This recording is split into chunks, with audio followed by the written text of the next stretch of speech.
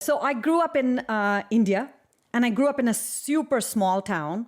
My mom was a homemaker, and my dad was a mechanical engineer who had a small business.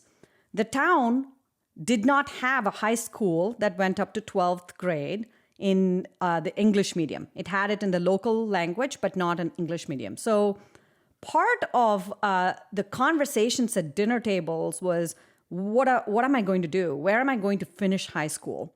You know, it was interesting. One of those days, my mom gave me an article about a woman who was attempting to climb Mount Everest. And I said, well, I want to do that. And we were literally having this conversation of how could I complete my high school graduation. And at the same time, I was like, I want to climb the Mount Everest. My mom was like, yeah, you can do it. And then the next week I'd come and say, I want to become a lawyer. And she'd be like, yeah, you can do it. And literally, I had so many different ideas of what I wanted to do, living in this super small town that didn't even have a high school. And my parents encouraged me.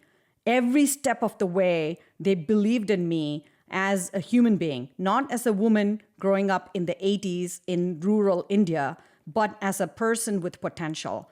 And to me, that just a power of someone believing in my ability when I didn't have any at the time. Certainly didn't have rock climbing or mountain climbing abilities, but someone believed in me. And I think that has propelled me over so many ups, downs, failures, successes. I just believe in myself. I just have a level of perseverance and the ability to dust it off and start back again. And probably those dinner table conversations had a lot to do with the grit that I now have.